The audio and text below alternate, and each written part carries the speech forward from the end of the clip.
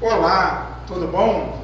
Estamos de volta aqui para mais um estudo do Novo Testamento. Eu sou o pastor Júlio Costa, da Igreja do Ministério Luz Apostólica, e nós estamos terminando hoje o nosso estudo falando sobre os Evangelhos Sinóticos, estudo do Novo Testamento.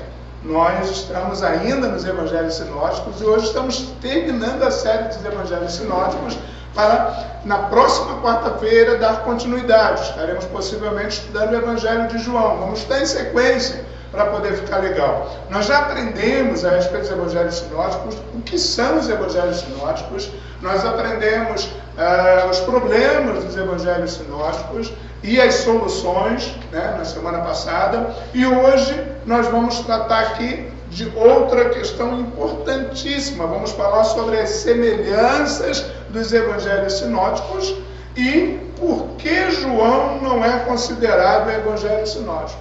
Ok? Nós vamos falar sobre isso hoje. Eu peço que você fique aí na sua casa, preste bastante atenção, sente, pega a sua Bíblia, pega uma caneta, pega um caderninho de anotações, um bloquinho de anotações, para você poder ir anotando os textos, os versículos e aquilo que você considerar importante para o seu conhecimento. Se você tiver dúvidas, quiser fazer perguntas, você vai poder entrar em contato conosco. Vai aparecer aqui na tela, durante a transmissão dessa live, desse estudo, vão aparecer os nossos contatos, vão aparecer o nosso Zap, WhatsApp, e aí você pode entrar em contato conosco, fazer perguntas, tirar suas dúvidas, nós estaremos prontos para poder te atender na medida do possível. Agora se liga, tá? Se liga porque nós vamos estudar hoje as semelhanças dos Evangelhos Sinóticos e por que João não é considerado o Evangelho Sinótico, tá? Uma estimativa aproximada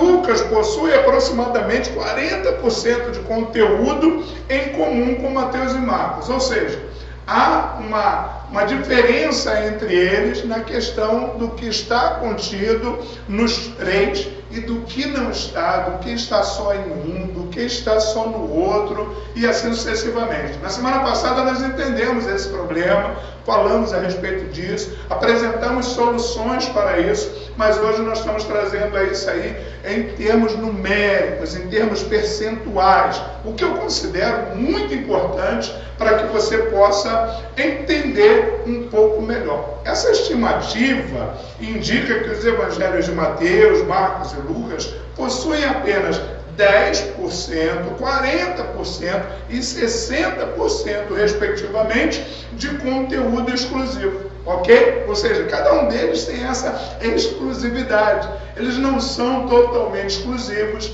um é semelhante ao outro. E aí a gente está aprendendo hoje sobre isso, sobre as semelhanças entre eles. Quais são as percentagens de semelhanças que existem em todo o seu conteúdo, ok? Para ter uma ideia do que isso representa, o Evangelho de Marcos possui no máximo 40 versículos, tá? 40 versículos que não são compartilhados pelos outros sinóticos. Ou seja, Mateus e Lucas não compartilham 40 versículos que estão aí, que aparecem no Evangelho de Marcos. Isso é um número interessante, porque se a gente for analisar, a gente pode entender que existe semelhança, mas existe desencontro entre eles. Ou seja, o que um escreveu, os outros não escreveram. Agora, Marcos sobressai aí com maior propriedade. Lembra que nós falamos a respeito de qual evangelho foi escrito primeiro? Será que foi Marcos? Será que foi Mateus? Será que foi Lucas? Nós ficamos aí e trouxemos para vocês que os estudiosos dizem que Marcos foi escrito primeiro, e segundo eles, Marcos escreveu primeiro, depois Mateus escreveu, simultaneamente com Lucas. Incrível, né? Mateus e Lucas escreveram simultaneamente, ou seja, no mesmo tempo, na mesma ocasião, lá no século I, de lugares diferentes. Eles não eram próximos, não eram próximos um do outro para ficar um tirando cola do outro, nada disso. Um escreveu de uma determinada região, outro escreveu de outra determinada região, e houve toda essa similaridade, essa semelhança entre esses três evangelhos, como nós destacamos aqui nessa questão percentual, tá, que existe aí. Entendemos agora que o Evangelho de Marcos possui no máximo 40 versículos que não são compartilhados pelos outros sinóticos, ou seja, os outros deixaram de compartilhar 40 versículos que só tem no Evangelho de Marcos. Super interessante isso, né? É um dado importante, é uma informação importante para que você conheça melhor os evangelhos que você carrega com você na sua mão, que você estuda todos os dias, que você prega a respeito, porque a ordem e determinação de Jesus para a missão de todos nós foi pregarmos o Evangelho, né? O Evangelho de quem? O Evangelho de Jesus, né? E é esse Evangelho que nós temos que conhecer melhor. Por isso nós estamos tratando desse estudo aqui do Novo Testamento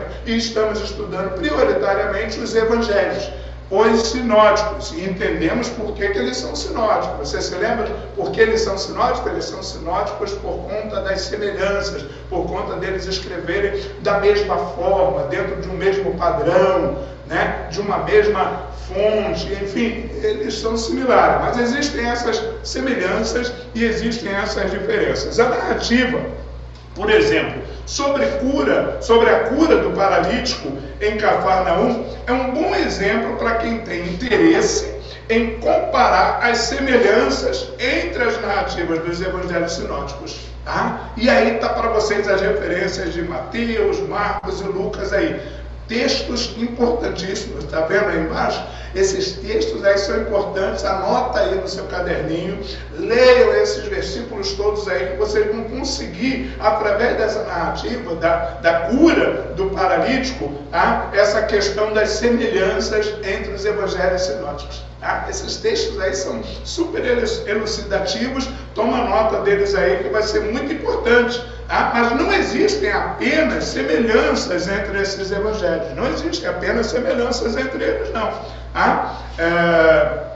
Existem também diferenças pontuais, e eu quero falar sobre essas diferenças aqui. É verdade que em muitas ocasiões o conteúdo é praticamente o mesmo, mas em outras ocasiões eles são totalmente diferentes, tá? São totalmente diferentes, vocês vão ver como isso acontece. Eu quero deixar exemplos aqui para que vocês possam compreender. Primeiro, a ordem dos acontecimentos na tentação de Jesus difere entre Mateus e Lucas. Abre lá na tentação de Jesus, em Mateus e em Lucas, e vocês vão ver diferenças da narrativa, diferença na forma que eles escreveram os seus evangelhos. Tá? O registro do Sermão do Monte em Mateus é muito mais extenso do que em Lucas. Lucas faz um resumo dessa questão, desse momento, desse fato do sermão, né, que está escrito em Mateus. Os textos que tratam da crucificação de Jesus possuem particularidades, tá? Em cada evangelho, nos três, tem um teor particular. Você lê a respeito do texto da crucificação, que os três falam da crucificação, mas existem ali em cada um deles uma particularidade. Aí é um estudo que você precisa fazer em casa. Como é que você vai fazer isso? Lendo. Leiam os textos que tratam da crucificação de Jesus, que os três evangelhos descrevem, narram, tá? E consiga identificar ali a particularidade de cada um. Tá? Eu quero deixar isso aqui como dever de casa para você. Agora, quando comparado a Mateus e Lucas, Marcos possui uma quantidade bem menor dos ensinos de Jesus. Marcos não se preocupou em relatar tantos ensinos de Jesus. Já Mateus e Lucas, que escreveram bem depois de Marcos, segundo os estudiosos, tiveram uma concentração maior em relatar os ensinos de Jesus. Você lembra que Jesus saía com seus discípulos, a multidão o seguia, eles iam pelos vales, pelas montanhas, pelas aldeias, enfim, e de repente Jesus parava, se sentava num lugar alto e dali ele dava o ensinamento, falava a respeito com eles, tá? Falava com eles, ensinando-os sobre uma série de situações, e na maioria das vezes, vocês se lembram, ele ensinava por parábolas, tá? Mas quem se preocupou em registrar isso? Marcos se preocupou em registrar isso? Ele registrou. Tem alguns registros sim, Marcos. Mas ele não registrou tanto quanto Lucas e Mateus registraram. Ok?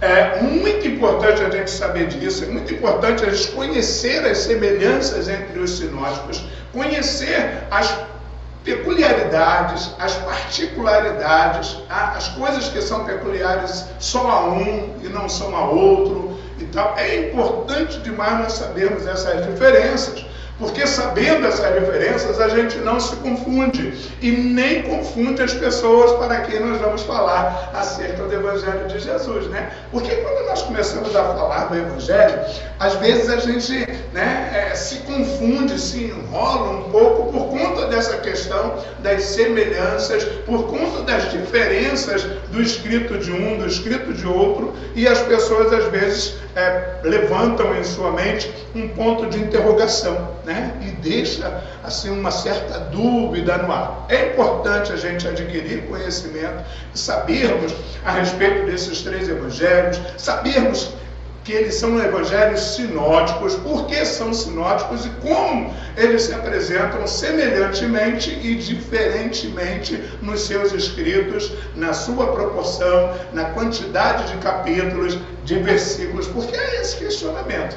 Muitas pessoas questionam por que Marcos é um evangelho bem menor, tem um número menor de capítulos, por que Lucas tem uma quantidade cheia de capítulos, Mateus é mais extenso e tal. Todas essas explicações estão aí dentro desses números percentuais que nós acabamos de apresentar aqui nessa noite, falando sobre as semelhanças que se dão nos evangelhos sinóticos. Vamos lá tratar e entender, na verdade, por que o Evangelho de João, porque nós estamos falando de sinóticos, e o Evangelho de João não é considerado o Evangelho sinótico. É muito importante isso. Há quem já fez essa pergunta, muitas pessoas fazem esse tipo de pergunta. Poxa, eu não entendo por que o Evangelho de João não é considerado. Porque ele não escreve igual aos demais evangelhos. Ele não tem nenhuma semelhança com Marcos, não tem nenhuma semelhança com Lucas, não tem nenhuma semelhança com Mateus.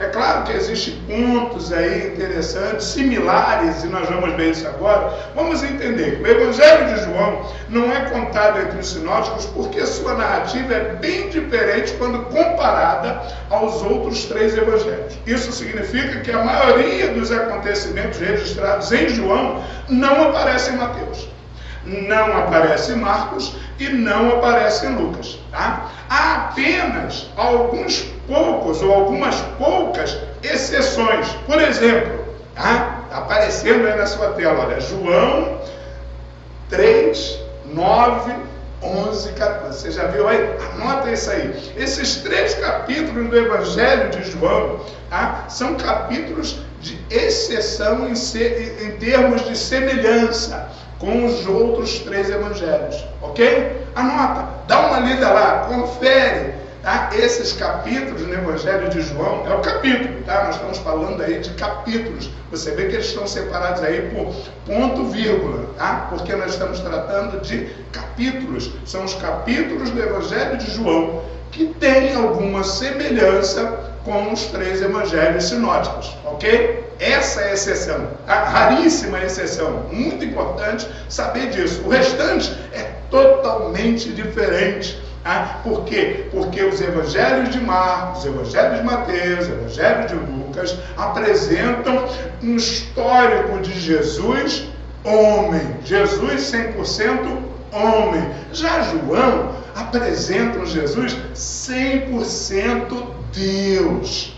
Isso é importante você compreender segundo os estudos teológicos, sociológicos, históricos que se apresentam aí, ok? Isso significa que João escreveu sobre a vida e ministério de Jesus sob um outro ângulo, sobre um outro ponto de vista, diferentemente de Marcos, Mateus e Lucas, que escreveram sobre o mesmo ponto de vista e por isso eles são sinóticos, ok? Ele trouxe eventos inéditos, não registrados nos evangelhos sinóticos. Além disso, é amplamente aceito que o evangelho de João foi escrito muitos anos depois dos evangelhos sinóticos, ok? Já praticamente no século II, tá? É o que os estudiosos falam, que o evangelho de João já foi escrito no início do século II, ok? Ou no finalzinho do século I, já liberando o ano 100, tá? Ano 90 alguma coisa, ou ano 105, 110, por aí, foi a ocasião em que foi escrito o evangelho de João. Então é muito importante você saber disso, é muito importante nós termos conhecimento disso, para a gente poder compreender que a diferença está aí. Mas é importante também saber que nada do que é registrado em João contradiz, tá? Em um só ponto sequer o que é registrado nos evangelhos sinóticos. Isso é interessantíssimo. Tá? É interessantíssimo porque trata-se de um detalhe que só Deus mesmo teria esse cuidado. Afinal das contas, nós entendemos que a Bíblia foi escrita e inspirada pelo Espírito Santo, ok? Na sua maioria, na maioria dos seus textos. É claro que existem partes em que foram escritos pelos próprios autores sem nenhuma inspiração. O próprio Paulo fala a respeito disso, mas é outro estudo, é mais adiante. Calma que eu não vou confundir a sua cabeça. Estamos aqui tratando de evangelhos sinóticos,